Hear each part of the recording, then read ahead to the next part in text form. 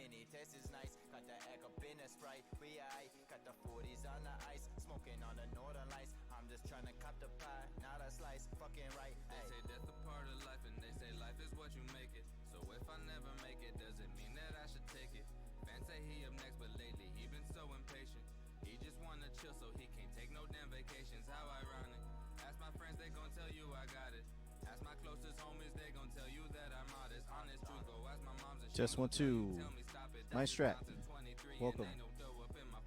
Can you hear me? Can you hear it? Can you hear my voice? Can you hear me? Revelations in my anguish is sacred, and all I came was so sorry if you complaining. I'm aiming for all the payments. My mode has been intravenous, getting faded, sedated, obliterated, wouldn't trade it for all that I created. My honor been in Barely. relation, All all right. the statements So that means I gotta arranged, turn it up a little bit. complications integrated, re-incinerated, all the incarnations, innovations through these interfaces, been our inspiration. Every night is cold, I'm just growing old.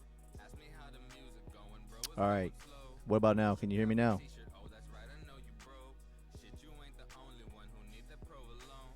Leaves the shit slaps like folks left at home alone. Sandy fans is sleeping, bro. We bend over all alone. Holding on my dreams, and God told me hold the phone. Holding on my dreams, and God All right. Better, better. Yeah, we're just coming on live. We're coming on sooner. Well, I'm coming on sooner in a few minutes, probably closer to.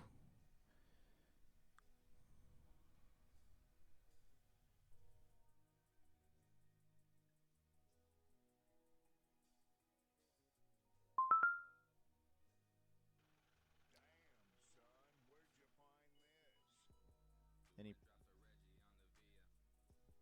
All right.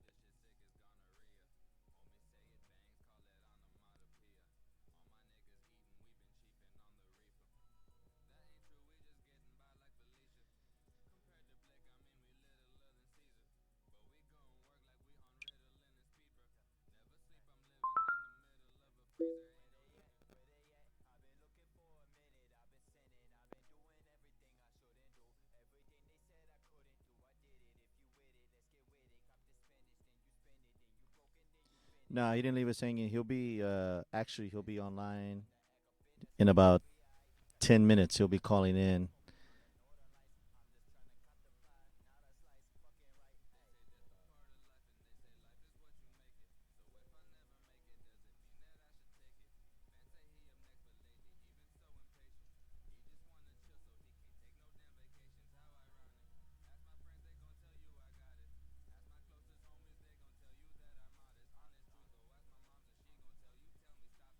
How's everybody doing out there tonight?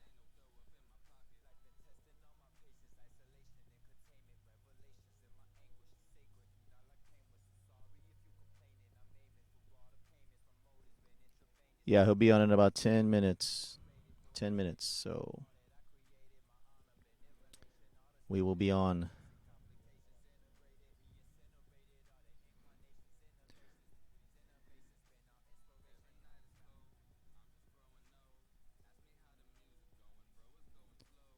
I agree. Mindstrap. If you look at the Biggie and Tupac documentary by Nick Broomfield, when he shows them the two pictures, two Muslims, and the picture that he picks is the one that Little C's identified.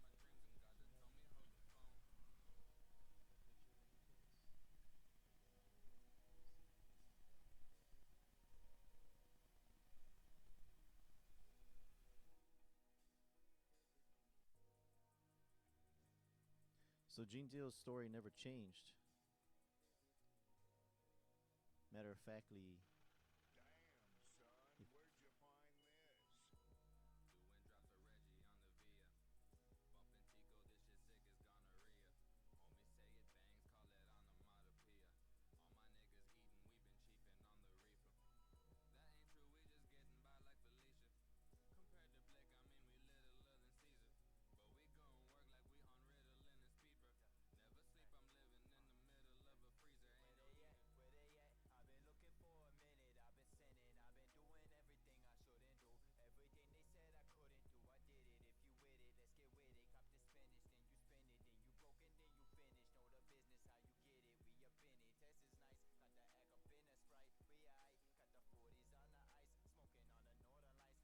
can you hear me?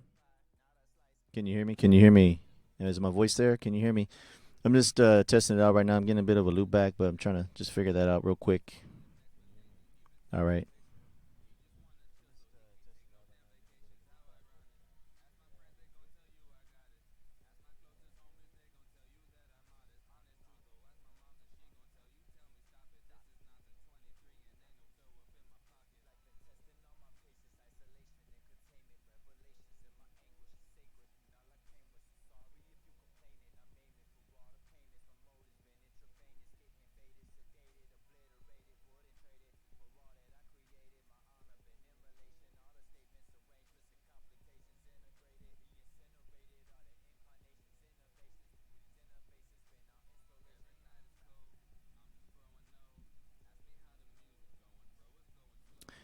Can you hear me now?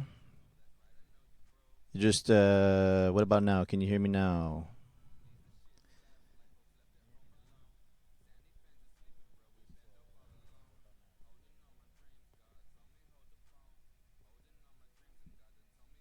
Yes. All right. Perfect.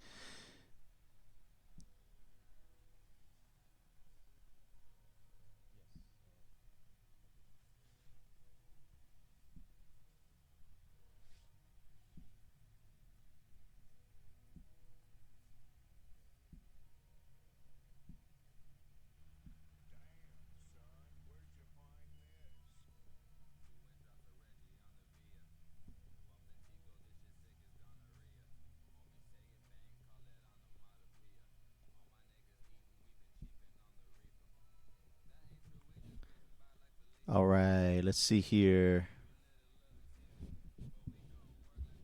Audio problems. Audio problems. Still audio problems.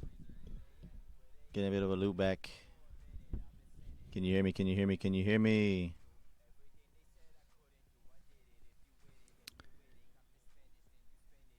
Can you hear me? Anybody out there? Can you hear me? Can you hear me? All right. Now we're gonna get it right now. Yeah.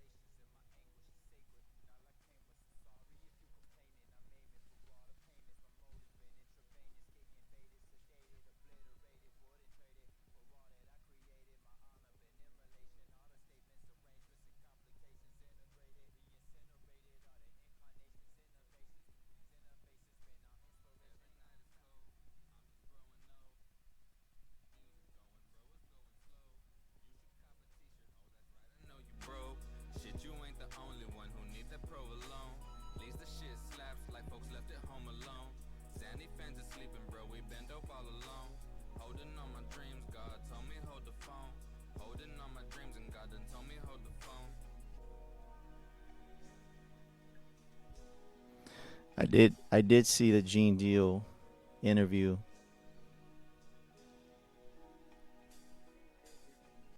I mean, he's pretty much stuck to his story this whole time about what happened. Damn, son, where'd you find this?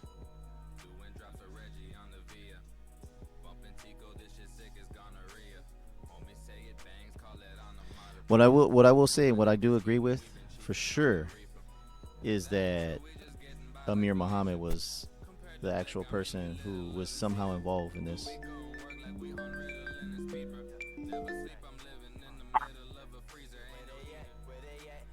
Jmix, are you online?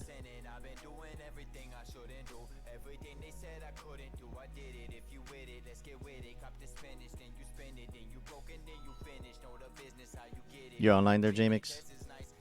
Yes, yes, sir. Perfect. I'm getting a bit of a loop back, man. I can't figure out what the hell is going on with it, but we're gonna work with it. I mean, I think everybody can hear you loud and clear. Okay, what's going on?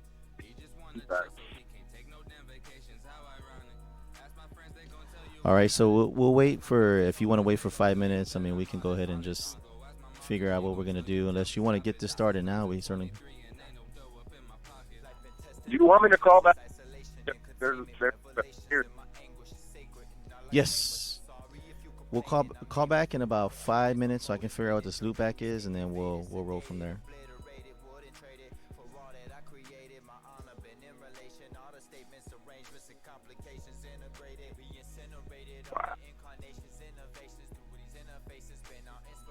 Okay. All right.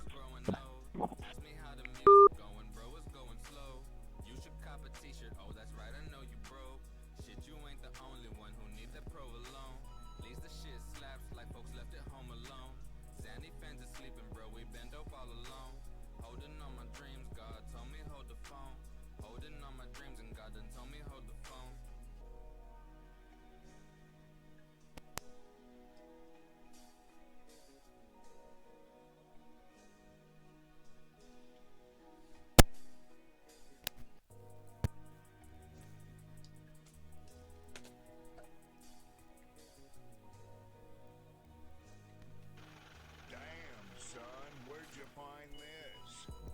Doing drops of Reggie on the Via. Bumping Tico, this shit sick as gonorrhea. Homies say it bangs, call it onomatopoeia.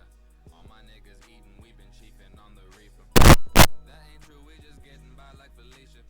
Compared to Blake, I mean we littler than Caesar. But we gon' work like we on Ritalin and Speedber. Never sleep, I'm living in the middle of a freezer. Ain't no heater. Where they at? I've been looking for a minute. I've been sinning. I've been doing everything I shouldn't do.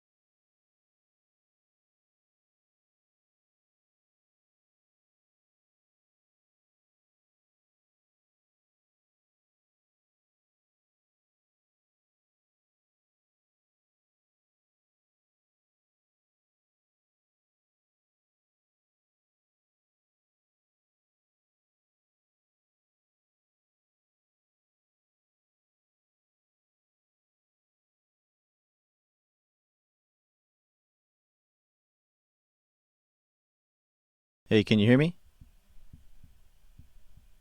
Test, test, test. 1, 2.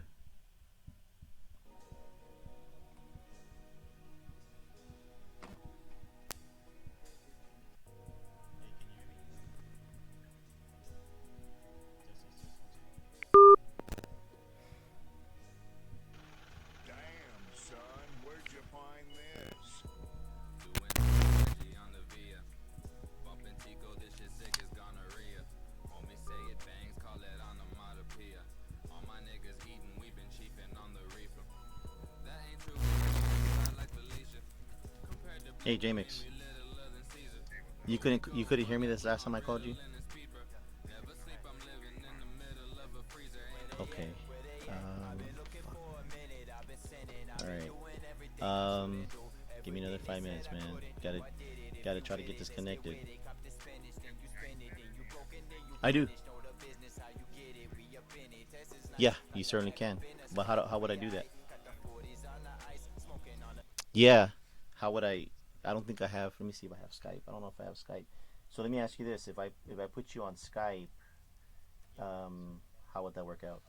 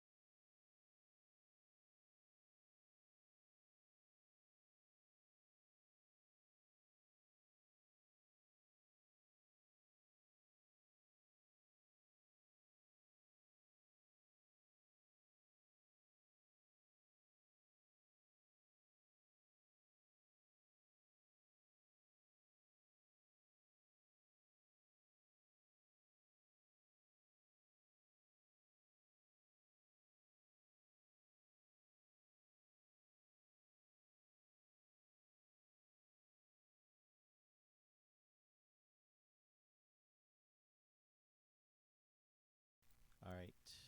Let's see here where we're at. Check, check, check. All right.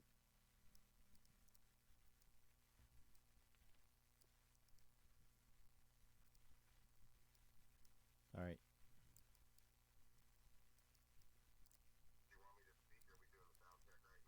I'm doing the sound check right now.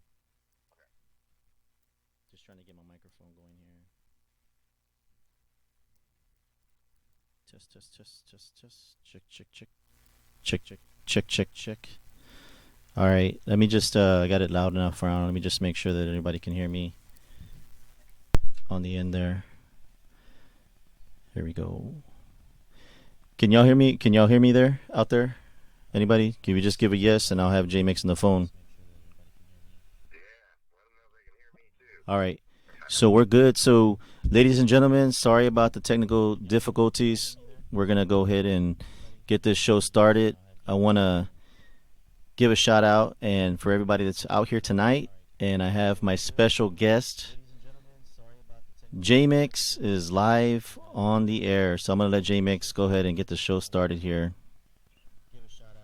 I just want to give you a shout out, man. Thanks for having me on. I am a fan of your channel. I am a sub of your channel, and I like your content. It's good content. I know that me and you we've had several conversations, and it's good to be on the channel, man. I'm glad that you have me on here. Oh, yeah, absolutely. I appreciate you being here tonight. And a matter of factly, what I've been wanting to ask, and I think all the fans out there have been wanting to know, where you've been, how life has been, what's going on, future projects. I know that's a 2 or 3 part question, but I think everybody wants to know since we haven't seen you around very much.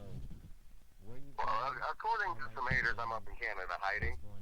But no, you know what? I stepped away for a bit. I've got some projects. Obviously, for people that have viewed the channel, they know that I've been working on some stuff. I just, you know what? I jumped away from the negativity and just focused on living a good life. I've got a good family. I'm blessed, you know, and I just stepped away. Mom first put my house on the internet. That was a picture of my house. That's where I live. That's where my kids would go to the bus stop. And, you know, they aired me out in a sense, and I never touched any of their family. I never went after them. So I stepped back for a minute and focused on what was important. I kind of look at this YouTube thing, and this is going to sound arrogant to some people, but I look at it as knowledge that I'm acquiring and something that I'm sharing with other people. I look at it as a gift.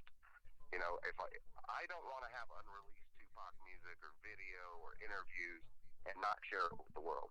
So I just, I've been spending time with the family. I've been working my ass off, but I do have a message for those who do watch my channel and who also watch yours. Keep on the lookout because I have about 5 or 6 things coming. I've got more with Suge Knight coming. I've got Toylin Kelly, his fiance, that's going to be speaking. Actually, I'm waiting on a call from her right now as we speak. So there's going to be a lot more content coming to the channel. I felt like coming back. I just felt like coming back because it's no fun. It's no fun listening to everybody else pull their dick and not be able to put your 2 cents in. Perfect. You couldn't have said it any better. I certainly appreciate you being here. Everybody here appreciates you being here. Matter of fact, it's good to hear that everything's going well for you. I'm sure that you're enjoying your time in Canada. But other than that, tell us about your upcoming projects. If you have any projects that you can speak about, any projects that you can't speak about, whatever it is that you want the fans to know out there in the Tupac Nation. Oh, right on. Well, we're talking to Suge Knight. Now, Suge Knight has his communications back, so he is reaching out to multiple media sources. I've been on a couple 3-way calls with him in the jail, and I am expecting more calls. But people do have to understand, though, his time is very limited on a jailhouse phone. You get like 10 minutes. So each call, it has to be done in segments, in small little increments of time. The last contact I had, he was going to court today, and you can double check me on that, guys. Going to court today, and I think that he just actually physically got the actual sentence to where they officially sentenced. He's dealing with the fallout of that, but be on the lookout for more of that. He's going to be talking not to just me, but to multiple sources. He's already making phone calls and wheeling and dealing. Suge's got a story to tell. And I want to say this to the fans. The one thing that I take away from Suge Knight right now is he's pissed off with the WAC 100s out there saying that they're his manager. He's pissed off at the celebrities riding his name. And he's pissed off about former employees, like someone who we may not name, running around talking about that they found all the talent, that they were running the show. I think Suge Knight has a lot to say about that. Perfect. I know that you can't really elaborate on what it is that those unnamed people are, but I do want to ask you, as far as when you spoke to Suge Knight, and what did you gather from him as far as his state of mind? I mean, I know that he pled guilty and took the 28 years, but did he feel like that was unjust, or was he pretty much backed against a corner where he had to take the 28 years? Well, I tell you what, I think that Suge is playing it real smart because in Suge's own words, his own words were that he still has his appeals. When you're sitting in county jail, for the most part, you're just kind of wasting away. You're not getting your prison time. Now, some people make deals so they can appeal later and get, their prison time. They want their sentence so they can start serving their sentence, so they can have all the time applied. I mean, Suge Knight's been in jail, 3 years now? I mean, so in a prison sentence term, that's like 6 years.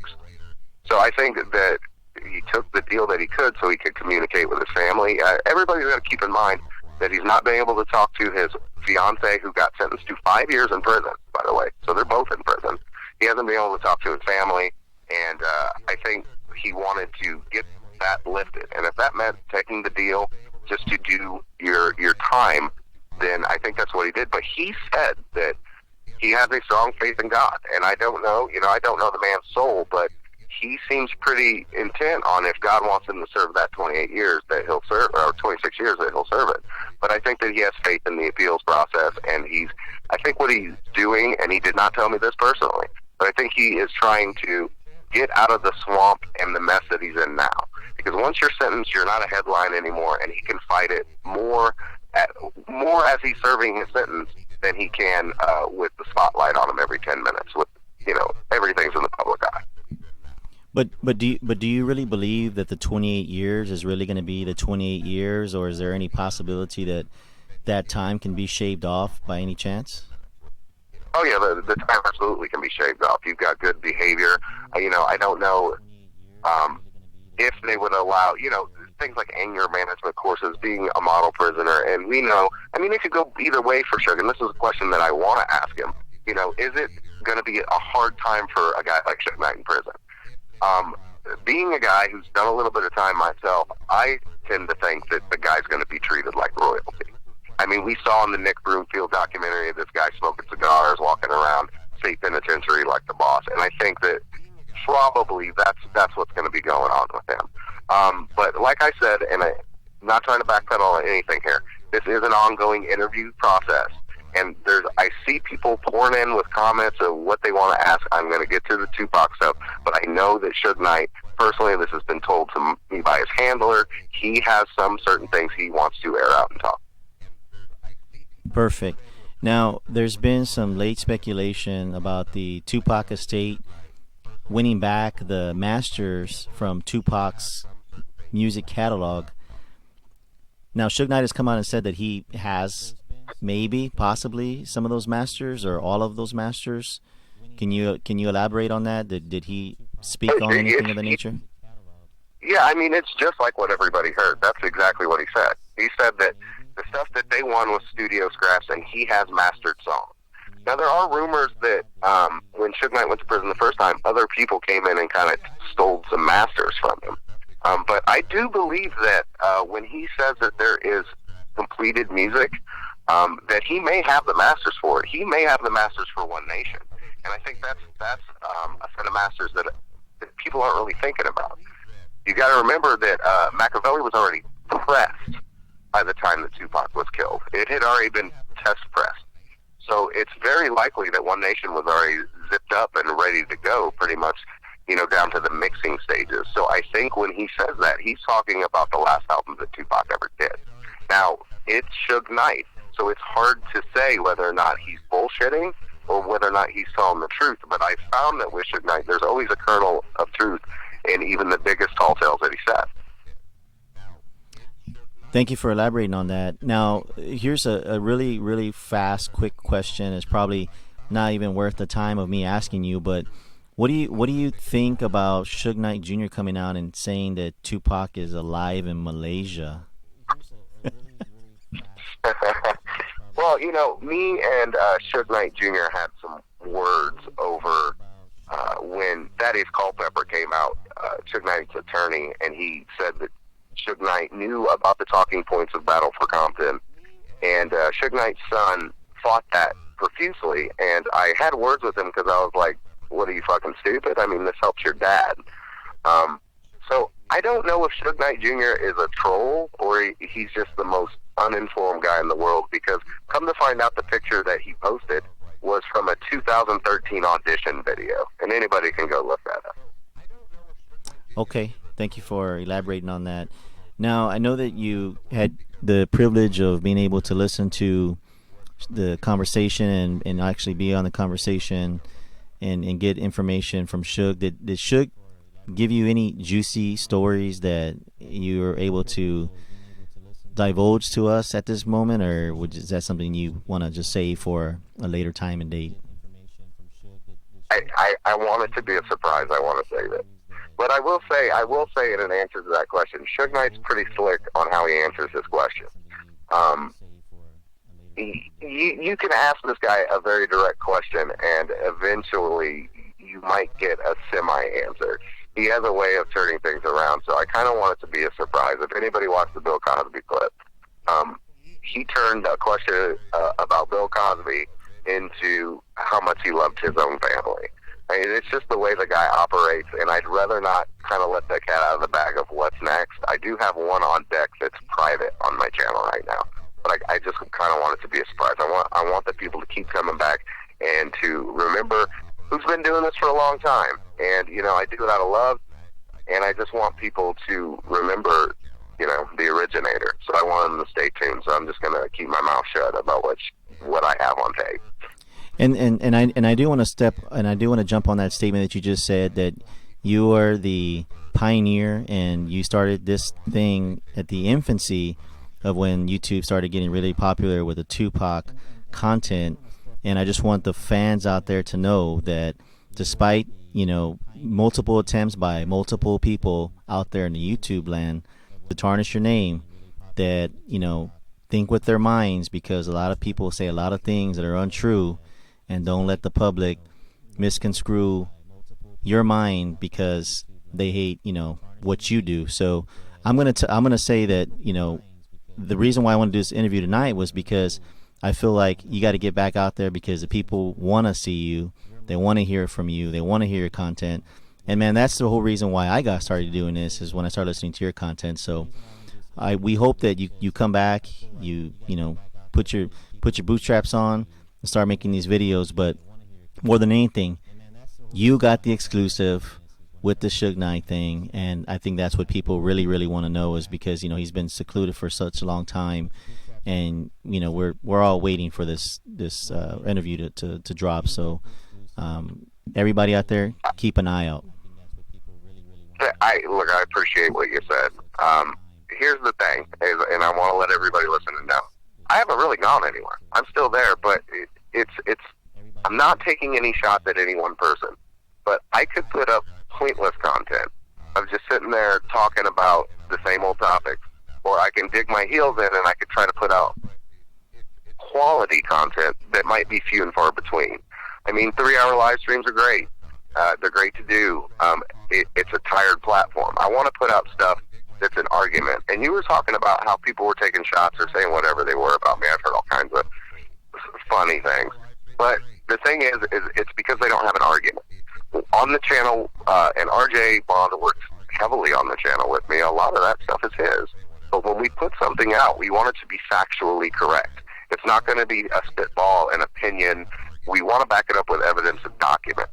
So if there's a lull in the channel, I'm here, I'm back, and I'm working on I have my hand in like 3 or 4 pots right now.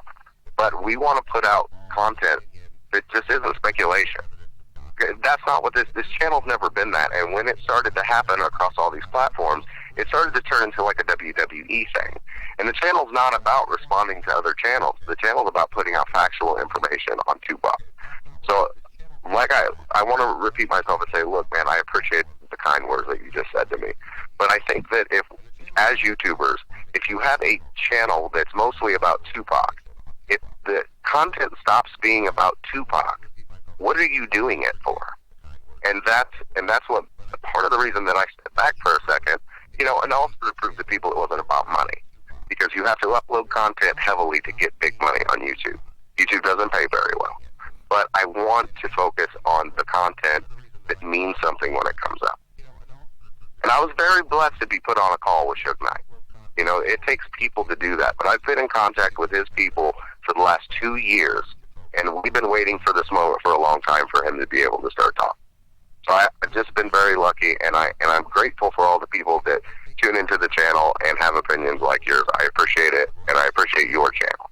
Absolutely. I appreciate you. Thank you. I mean, for you to get on the channel tonight and just come out and speak to the people and let them know exactly what's going on, where you've been, I mean, that pretty much gives everybody a peace of mind that you're going to be coming out sooner or later with some more content. But, man, the Suge Knight interview that you put out, this was some bomb stuff. So, but, going back to the conversation where we're talking about the Masters, I don't know if you ever heard of this guy who was, I think he was a Rolling 60s Crip or whatnot, and he said that he went and manhandled Suge Knight with, I guess, one of his associates to take away those masters, where he found out where the masters were. You think there's any truth into that story that guy tells about that? I think his name is Big Kaz is what his name is.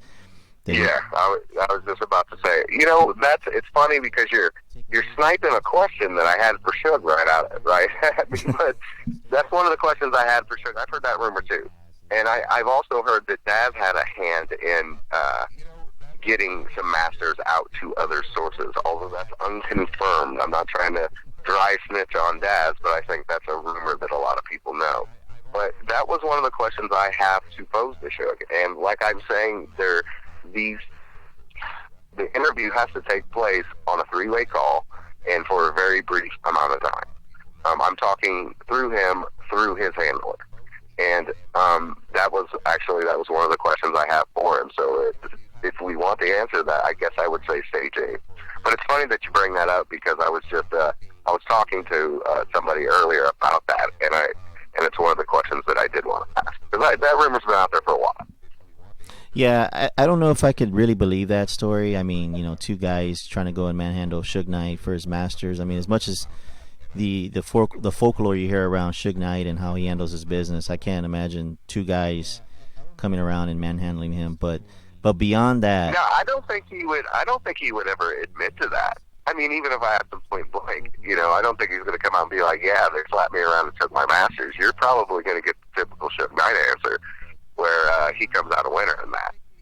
Right. Yeah, I mean, that could be true. Now, switching up, I mean, man, I have so many questions for you about Suge Knight. I mean, and I know that you're trying to save, you know, the juicy details for the uploads or whatnot, and then there's some other things you can't speak on because, you know, like you said, Suge is kind of on his own wrath where he's going to come out and speak on some people. But as far as even if Suge has the masters, what can he really do with them? I mean, is he the rightful owner of those, or is he gonna try to sell them to whoever it is that wants to buy them from him, or how does that work out? Do they have to take them to court to take those back? How does that work? I think it's a bargaining chip. Whether or not these masters exist or not, him saying I have the masters and I have paperwork that says different is a bargaining chip for a future court battle. Because you know he's got court battles going on with the NWA thing, and with the estate just winning this lawsuit, that's a bargaining chip. Him putting that out there, I think, he did that intentionally. He said that not to brag, but to say, hey, I might have ownership to some of these. Now they might be tucked away in the store's locker, which I doubt for the last 20 years, or he could just be laying claim to the ones that exist already.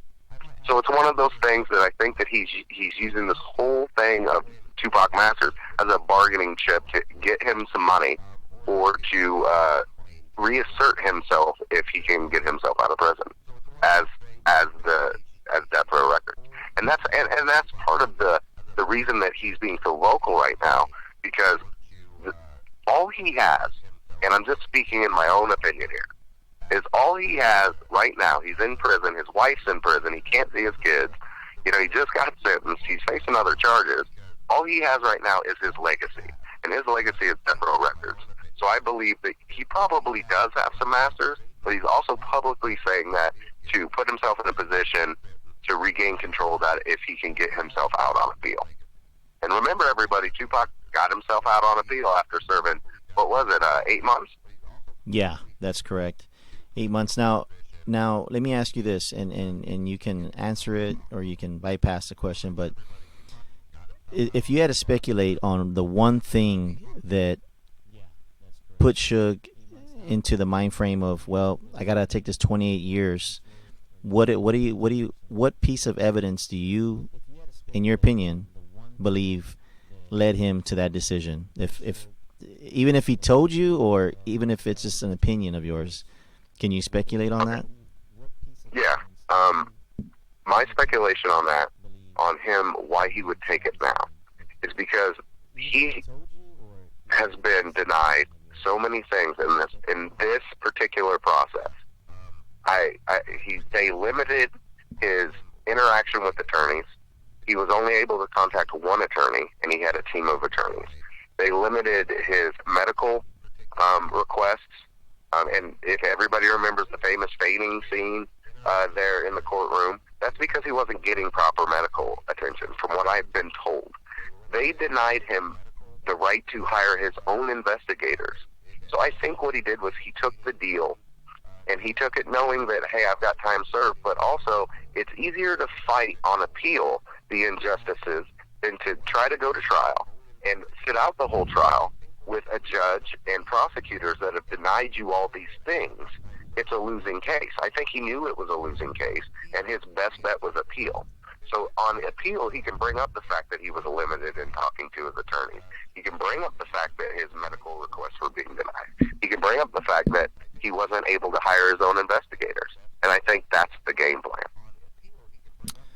Perfect. I could ask you a lot more questions about Suge Knight, but I'm sure you're going to drop more knowledge about your conversation with him, and I don't want to give anything else away. But switching up on another topic, and this one here has been very popular in the last maybe week or so, the Gene Deal interview. Do you have any? And I'll get more into that and elaborate more on that. But as far as just general opinion on him, what exactly? How do you feel about what he's come out and has talked about? Well, I don't want to sound like an insider, but I've spoke to Gene a couple times over the last few years, and Gene has always kind of stuck to the same story. He's always came out and said that he was misrepresented by Greg Kading for years. His story has never faltered or changed. There's some questions going on about the picture.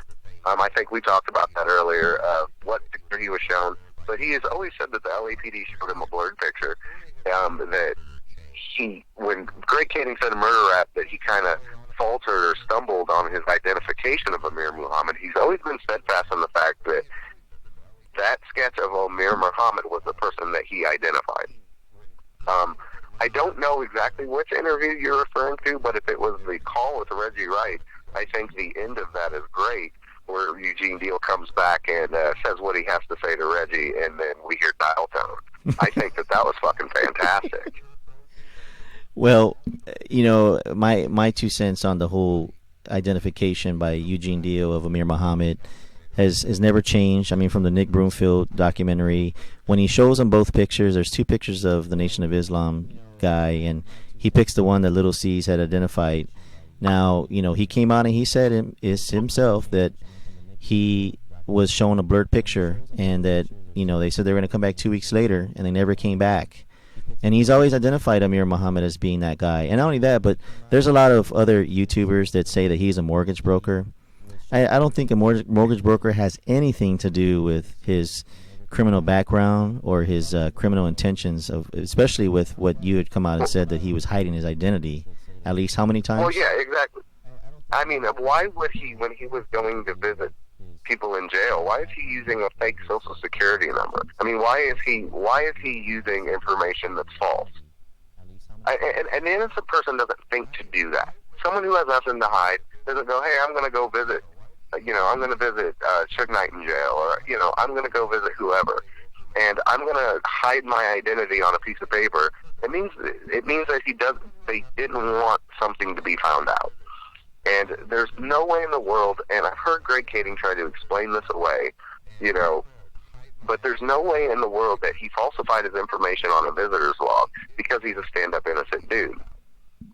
Absolutely. And the other hot topic for me was, and I wanted to find out more information, because there was 2 distributors that were selling Gecko ammunition back in that time in the mid 90s. And when I talked to an individual who was actual corporate salesperson for that actual company, and they speculated to me that even if you wanted to buy it now, that it is prohibited for general consumer, and it's only issued to law enforcement agencies. So the Gecko ammunition that was used in the assassination of Notorious B.I.G.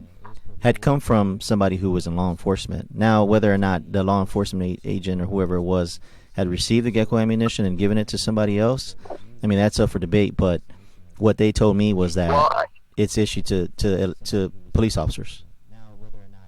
Well, I think it's quite odd that David Mack and Rafael Perez, when those people are brought up to a Reggie Wright or a Suge Knight, they point to each other and say, I didn't know the other guy did. And this is where the ammunition ties in. I'm going to say something right now, and I'm going to be vague, but I know that someone did some research on exactly where that ammunition was sold at the time of that shooting. And I'm going to tell you that it's in Southern California, and it's very, very close to home. And once that information goes public, if it hasn't already, I can't give the source out. I think that's going to be pretty huge, because you could get that ammunition in Southern California at the time of the shooting. And who did they find that ammunition on? I think that it's just, there's some stuff coming out. Shit, I don't want to give too much away. There's information that's going to be put out there that's going to change everybody's view on this. This whole Greg Kading murder rap, it's a smokescreen. That book was written to clear LAPD of wrongdoing. And I think that there's been people behind the scenes that aren't YouTubers actively working to put out information that's just going to blow this whole shit out of the fucking water. I have a lot of hope for what's coming next. I know I derailed your question. I know it was about the gecko ammunition. But I'm telling you, at the time of that killing, it was in Southern California. You could get it there. Yeah. And law enforcement knows that. Yeah, absolutely. And as I mentioned, and I'm probably going to release that phone call. But only to cops. Yeah, it was only to cops. Yeah, it was only issued for cops.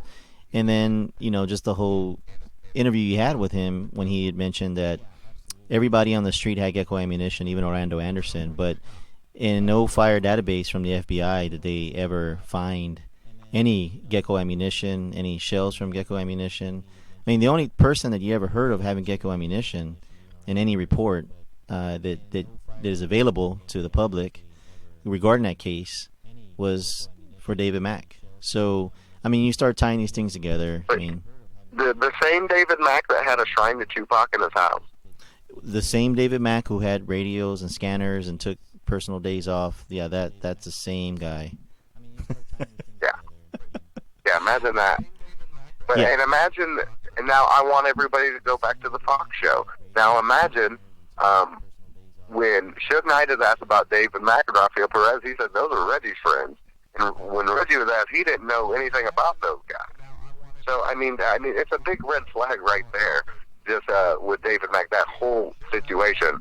And I'm kind of going off the rails here, but I think it's awful funny that no matter what route you take, that law enforcement can be drawn to almost every aspect of anything bad that happened at Death Row Records. You want to talk about beatdowns or DJ Quick? There was an incident where someone was beat down. There's going to be an off-duty police officer there. If there was an incident at the studio, we have these Ken Knox reports that say there was an off-duty police officer there. I mean, so it's funny that law enforcement ties back directly with every major event at Death Row Records, and Murder Rap is a book that clears them all of it.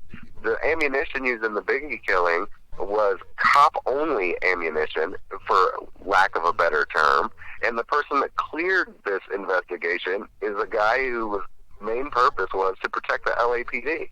I mean, it's kind of laughable, the lullaby that people have been lulled in about police involvement with Death Row Records and the murder of the two biggest rappers that were on the planet. I just think it's insane. It's funny. Well, also, I apologize. Gene Deal mentioned, and he made a very great point, and I've been talking about this for a long time, that they were at the Peterson Museum, right? And they have all these expensive cars. We're talking about an excess of $15 to $20 million, right? And there is no video footage that surrounds the building, that is inside the building, that has ever been released. There's no footage. I mean, you have that makeshift video that was shot from, I guess, a van or somebody, and it sounded like it was edited over, or I mean, it was very choppy and very edited, so you could tell that it wasn't a fluid, seamless video. So it's never been released to the public, the full video, or not even any of the video footage. I mean, do you agree with me that there should have been at least some camera footage of inside the Peterson Museum, or even you outside? would absolutely think so. You would think so, just for the insurance policies. In 1996, 1997, I mean, we're not talking about 1940s. They probably did have the footage, and I'm sure that it was subpoenaed somewhere, but it would be, if you were a Greg Kading, for example, it would be something that you kind of would want to take with you. But not to go off in the tinfoil hat land here, but I always found the van footage, it's a white van that's filming the actual shooting of the Notorious B.I.G. I always found that footage to be highly suspect, because what is a van doing sitting outside the Peterson Auto Museum? To me, that screams surveillance. It just screams surveillance. And you're right when you say that that video is jumpy and it's been edited, but it's been edited with a modern software. because you can tell old analog, it was tape editing. You would actually have to cut the tape. And I learned that from Dave Aaron. And these edits are, they're jump edits and they're jump cuts, but they're done with modern technology. So the video is very questionable to me, but I think that video exists with my tinfoil hat on. I think they might have been surveilling it. And, oh, looky there, there's another police involvement with one of the shootings of the biggest rappers in the world. And I think it's kind of funny, and I'm just going to throw this in as a caveat, that Reggie Wright Jr. has immunity in that case. I wonder why. All right. Well, I have a very good question for you that's going to be here upcoming the sequence, but we have a question from Dogman TV, and he's asking, why did they stop the Johnny Depp movie about Tupac? I have a very good question for you that's going to be here, but I think that's more about. Taking a drink, yeah. Yeah, I think it's about. I think it's Biggie, right? Advertising. To be honest, I think they did it over advertising. Because with the allegations, they have a budget, right? City of Lies has like a $3 million budget to advertise their movie. And that's it. That's all the money. They've spent their money to pay the actors to make the movie, and they have $3 million left to advertise. Now, when all those allegations start coming out against Johnny Depp, all right, they can waste that $3 million and advertise a movie that's probably not going to be seen because people are upset with Johnny Depp. And if they blow that $3 million on advertising for a movie that's going to fail, then they're not going to have any money to protect themselves from any potential lawsuits, like you see with the bodyguard of Johnny Depp saying he was assaulted, or a production assistant, whatever it is, the case may be. But I think what they did is they just shelved it to save their $3 million. Because if they advertise a movie that might not be seen because of the allegations against Johnny Depp, they waste the $3 million. If they hold on to it and shelve the movie until everything blows over and wait until next year to drop it, it might do well. And I think, it's easy to look into that and think that there's a nefarious conspiracy by the LAPD, but when it's more likely a smart business move. Now, mind you, HBO and Sylvester Stallone had Labyrinth, the movie, since early 2000s in a pre-production type of situation. And from my sources, what happened was the LAPD kind of told HBO and Sylvester Stallone that at the time, because there was some, Rodney King had happened, that at the time that they didn't want to look bad, and they kind of put pressure on the studio. So I think that there are cases where police pressure companies to put out movies, but I think with the case of City of Lies, it was just a smart business decision to save their marketing budget for a time when they could market the movie and it would be successful. Yeah, that was my next question. Do you believe, or have you heard from anybody if the movie's going to see the light of day? I haven't heard directly from anybody on the production team or anything, but I think it will. I mean, they spent quite a few $1 million to make it. They're going to want a return on that investment. Now, some movies are insured, so if they never get put out, they can collect an insurance policy sometimes. But I think the movie definitely will see the light of day just because they spent so much money to make it and because they still have a budget to promote it. I think that people are mistaken a movie getting pulled early from it getting shelved completely. I think that it will see the light of day. They just want to spend their marketing budget wisely. So I think, yes, we will see that movie. All right. And we're going to switch gears here. We're going to go to another question, and I'm going to get to a very, very important question about September 7th, 1996. But before that, we want to go to the question that's in the chat. As far as the Tupac, getting the music back from the estate, who's going to be in charge? Who's going to be in charge of actually getting the production team together? And do you think that if they do get a production team together, they're going to kind of take it back to a old style of music beats, or are they going to go with this new junk that's out here today?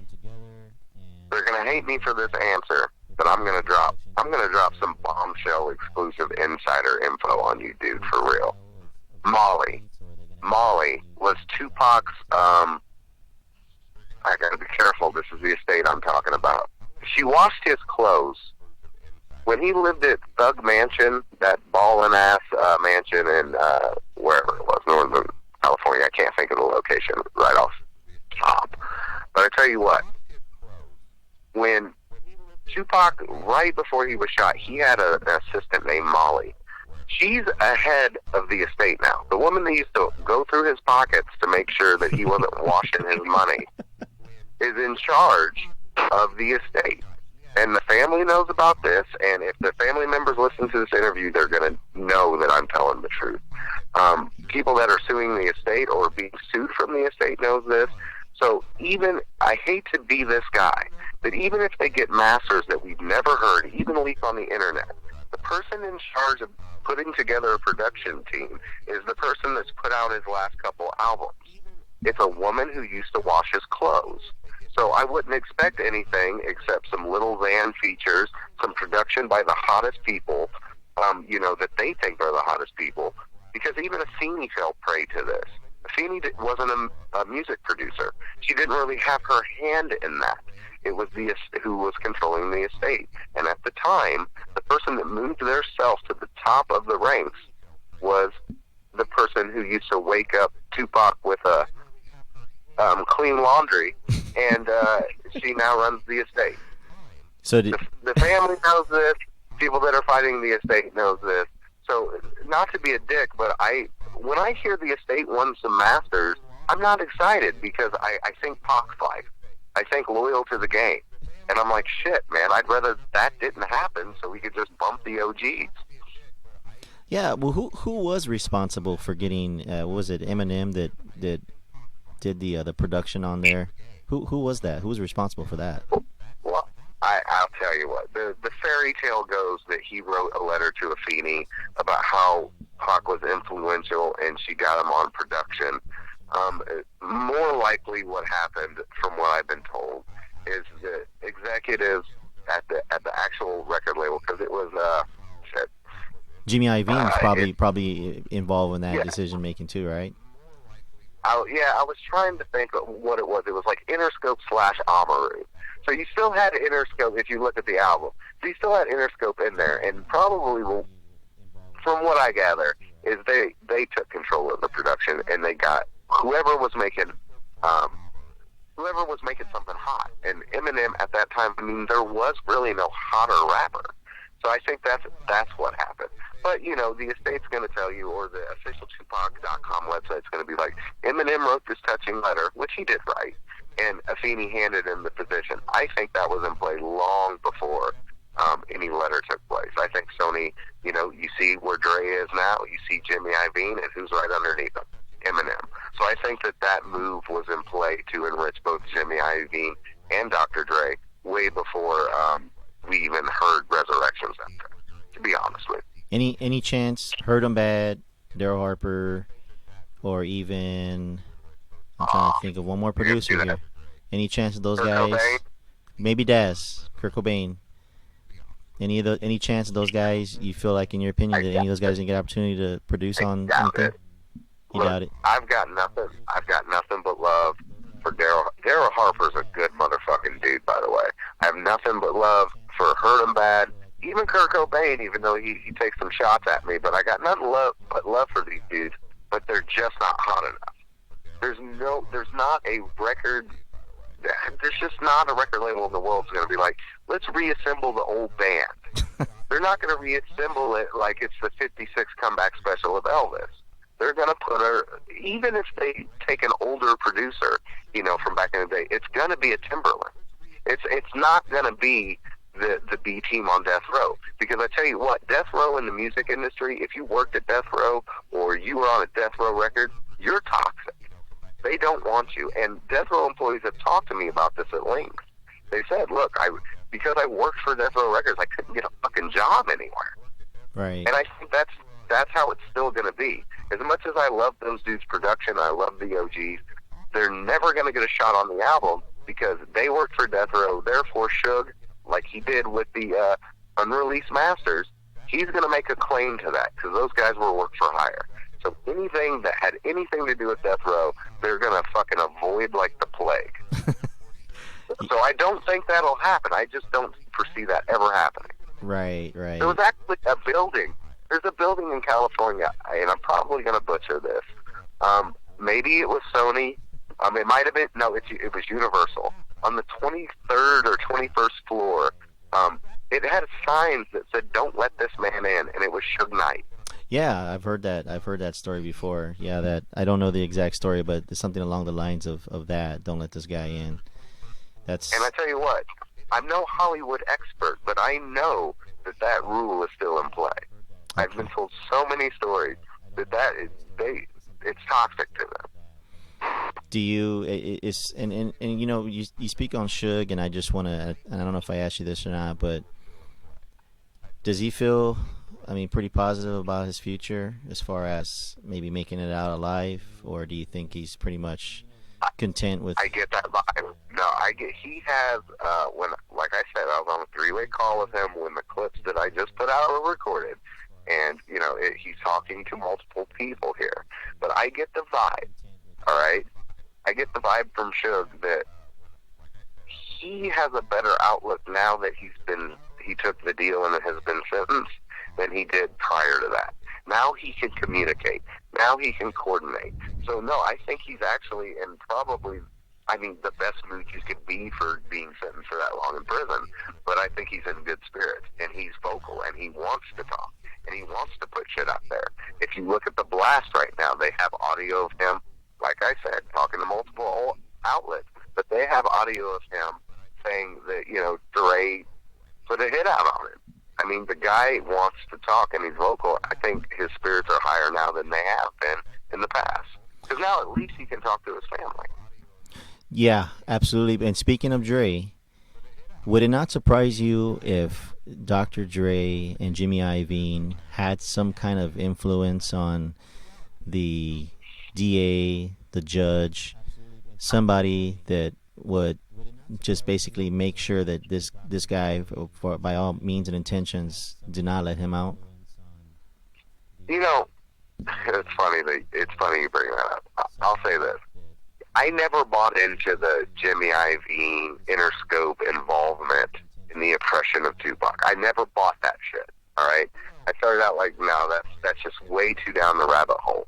But the more people that I talk to, even concerning like Me Against the World, and when Tupac was in jail, you know, Interscope could have got him out. And there seems to be, I hope they don't clip this, but like a plantation type of attitude when it comes to Interscope, when it came to Tupac. You know, they could have bailed him out and they didn't. They let bad press fly when they didn't. And they had more control over the media, and they had more control over the industry as a whole than I realized. But the more I talk to people about it, the stronger it seems. So the stuff that I used to think that Jimmy Iovine didn't have that kind of pull, I've done a complete 180 on, because come to find out, I mean, Jimmy Iovine, Dr. Dre, and right now Eminem, those three people, they have more pull in the music industry than anybody else. Puff Daddy doesn't have pull in the music industry. Master P doesn't have pull in the music industry. Jay Prince does. But I'm telling you right now, if there's only a few people that do. And when a couple years ago, I would have been like, no way that Jimmy Iovine and Dr. Dre have that much pull, but they do. And I can see them influencing DAs, and I can see them influencing, it's not even the DAs, it's the people that are on top of them. It's the politicians. It's the people that meet at their $1,000 a plate meet and greets and functions and their little private award ceremonies. For people that don't know what I'm talking about, Eminem just gave a speech a couple months back, and people panned it. But those are private functions. They hobnob with important people. So an older, wiser me says, yeah, I think they have that much pull. And I ignored it at first. I didn't pay attention to the Interscope, the power that they had and the connection that they had and everything. And it's a rabbit hole to go down. It's a tinfoil hat place to be. Yeah. I think at this point in my life, with every interview I've done and all the inside knowledge I know, I think, yes, that they do have the pull to keep a Suge Knight in jail. And you asked me earlier that what I thought his play was, you know, with taking the deal. And I think that's part of it, too. Get it out of the limelight, then you don't have to battle not only the DA, not only video evidence or attorneys that are being indicted or violations of civil rights, but you don't have to deal with the Jimmy Iovines and the Dr. Dre's. I think that's why Suge Knight's comfortable now talking about it. Yeah, and I I would. know that was long-winded, and I apologize. No, no, but no, that's- no, and absolutely. I mean, being thorough and asking, answering the question in full detail is certainly appreciated. But I would say more like, like I guess what you're alluding to is probably like more of a backdoor deal. Something that's not going to be able to be traced or whatnot. But I'm sure that's probably something that took place. But we have a question from somebody I think that's. it's very possible. I think it's very possible, and I never used to. Yeah, yeah. I mean, when you have money long, man. I mean, there's a lot of things that you can do that other people can't, especially when it comes to getting your freedom taken away. I mean, if you got money, you got high-power lawyers. I mean, you can certainly get out. And I feel like if Suge Knight would have had a high-power lawyer, like a real high-power lawyer, not David Kenner coming back into the fold and trying to represent him again, I think that he probably would have been able to beat this case. But with 16 different lawyers, you don't trust anybody. It's hard to get a defense. But we have a question from somebody who's in the chat room, Stephen Ramsey. He wants to tell you what's up. His question for you is, did Frank Alexander ever identify the shooter? No. Not to me in any conversation I had. Okay. I talked to Frank quite a few times. I never met Frank in person, but me and Frank and RJ Bond were working on a website called Pac's Legacy. And even up to the day he died, like the Friday, he died on a Sunday. The Friday he called me. I talked to him on a Friday, and we were talking about the website. But there's a reason I'm bringing this up. The only thing Frank ever told me about the murder of Tupac Shakur is I asked Frank in private. I said, Frank, people, they bring up that you've switched your story. They hammer you on it. They try to catch you because you made double statements. And what he said to me was, you would change your story too if you were watching Suge Knight's friends kill people. That's what he said to me. So I'm kind of backtracking. I've lost what the original question was. But I think... Go ahead. No. Now tell me. No, just, because... when I do these interviews, sometimes people, they claim, especially me, they're like, hey, you're biased and this and that and the other. So trying to stay neutral here. I mean, of course, some of these questions have been answered in numerous times, so it could get a little bit redundant. But, yeah, it just... Real quick. Did Frank ever identify the shooter? No. He said he saw an arm come out the window, and he said... in any conversation I had with him, he said he saw the arm come out. He reacted to the gun. He saw the gun, and he was trying to react, but it happened so fast. He said he saw the car come up. He saw the back end of the car. He saw the fish. He called them, what did he call them? I'm sorry. Fishtail? Fishtail tail lights. He saw it pull up. He saw the arm come out. He went to react, and by the time it happened so quick, by the time he went to react, Suge Knight was already speeding off. And he had an empty gas tank, and he decided to follow Suge.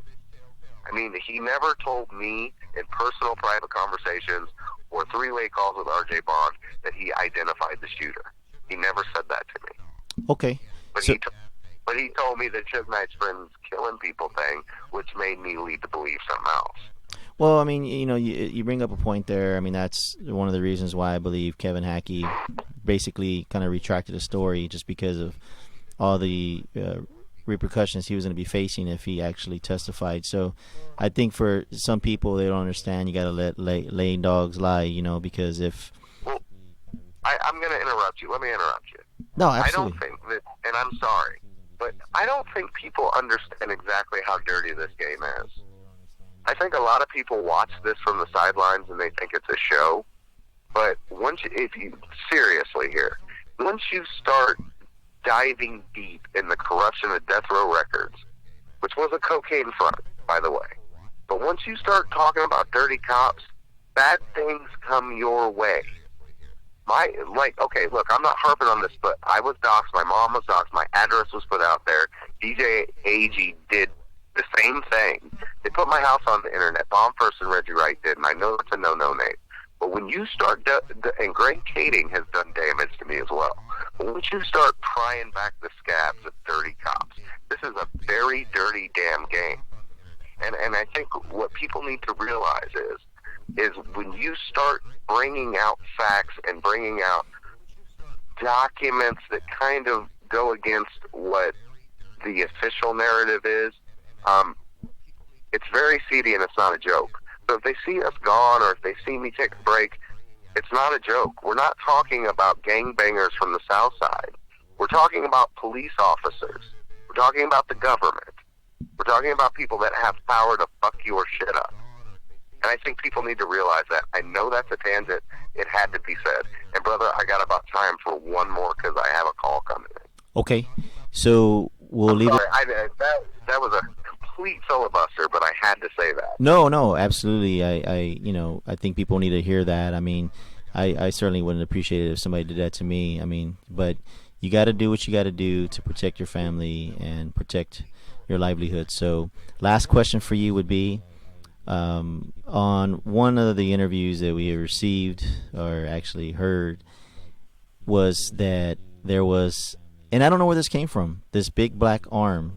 Is that ever been publicized in any police report? Not to my knowledge. I've heard it before, though. Okay.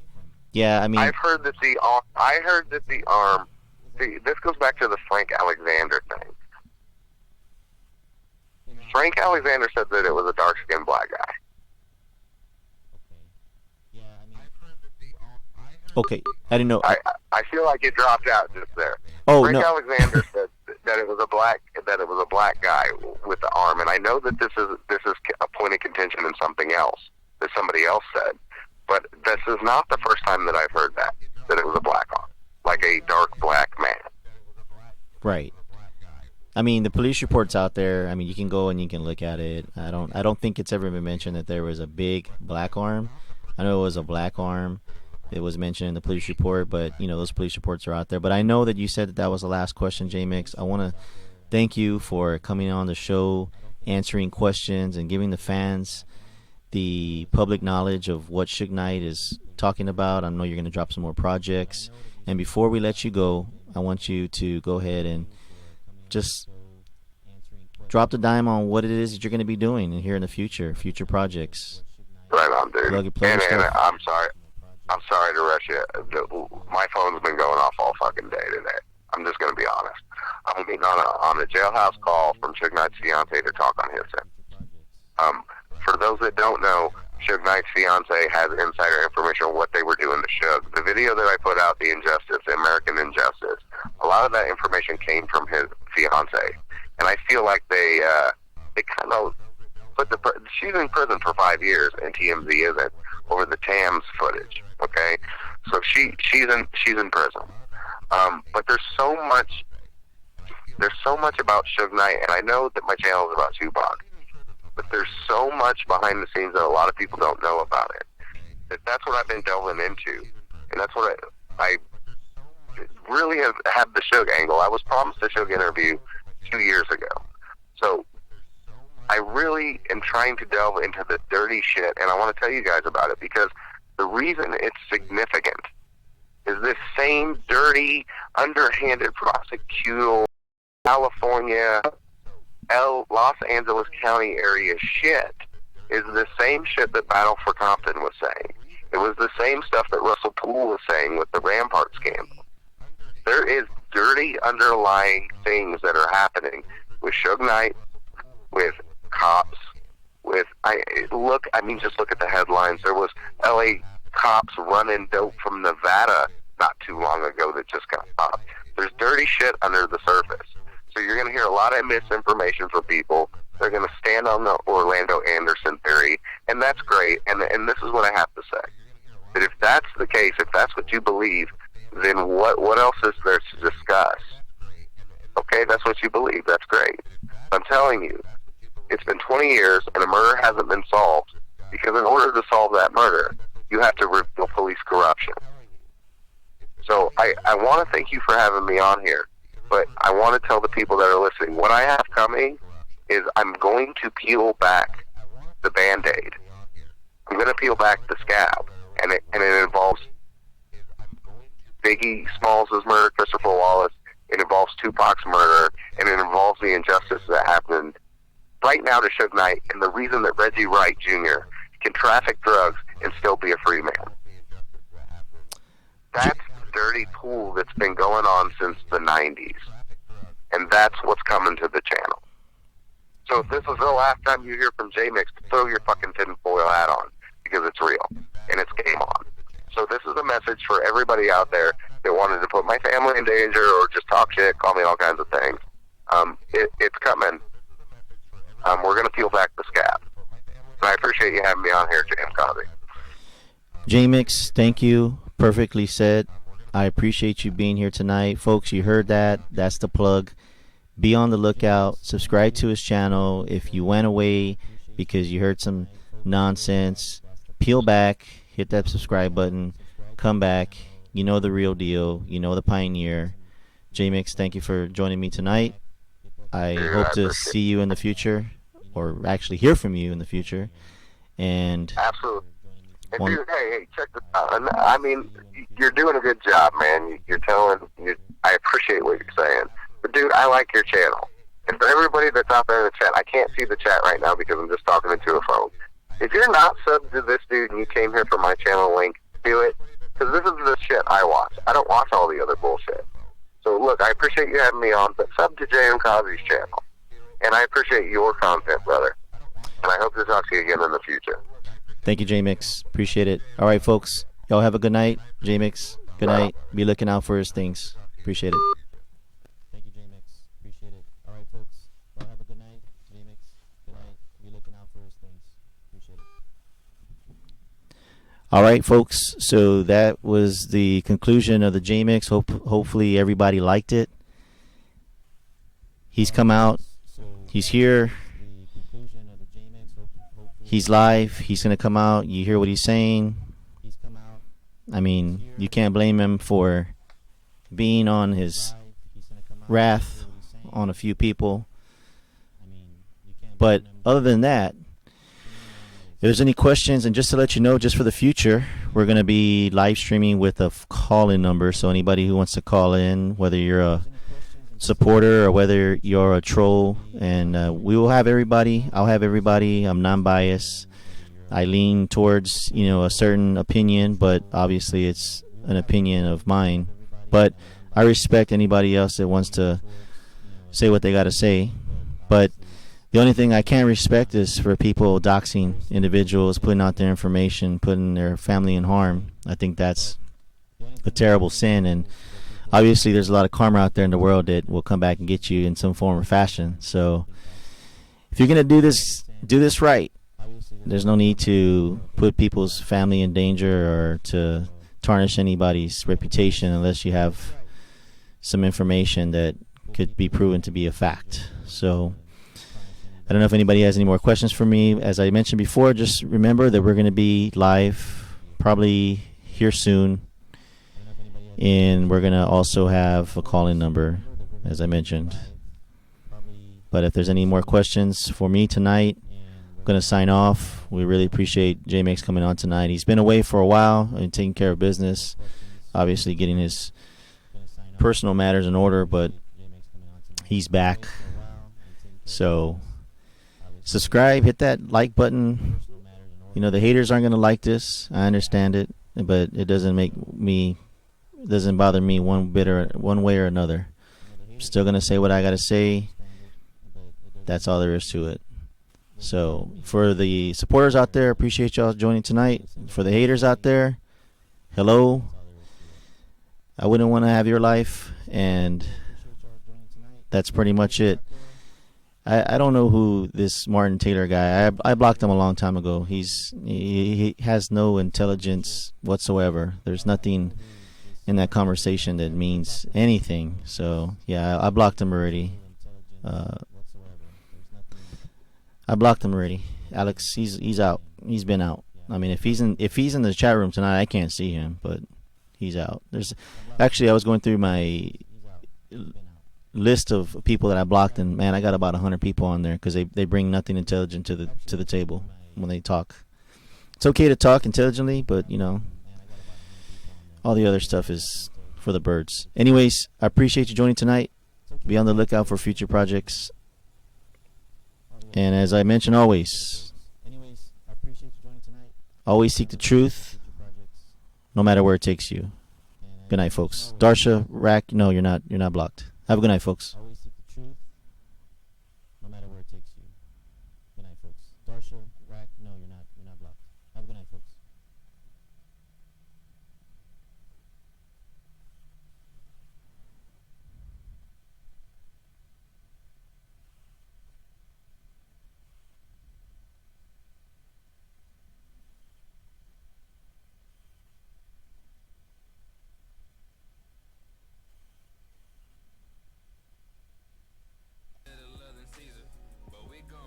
We on Ritalin and speed, bro.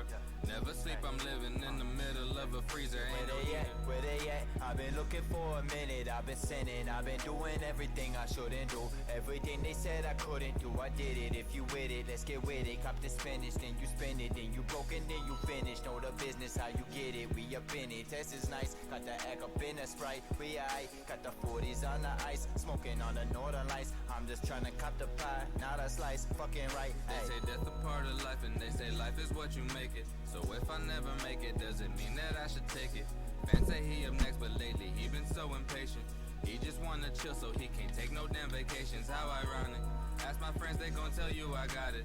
Ask my closest homies, they gon' tell you that I'm modest. Honest truth, go ask my moms and she gon' tell you, tell me stop it. This is nonsense, 23 and ain't no dough up in my pocket. Life been testing all my patience, isolation and containment. Revelations in my anguish is sacred, and all I came was so sorry if you complaining. I'm aiming for all the payments, my motive's been intravenous. Getting faded, sedated, obliterated, wouldn't trade it for all that I created. My honor been in relation, all the statements, arrangements and complications integrated. We incinerated all the incarnations, innovations through these interfaces, been our inspiration. Every night is cold, I'm just growing old. Ask me how the music going, bro, it's going slow. You should cop a t-shirt, oh that's right, I know you broke. Shit, you ain't the only one who need that provolone. Least the shit slaps like folks left at home alone. Sandy fans are sleeping, bro, we been dope all alone. Holding on my dreams, God told me hold the phone. Holding on my dreams and God done told me hold the phone.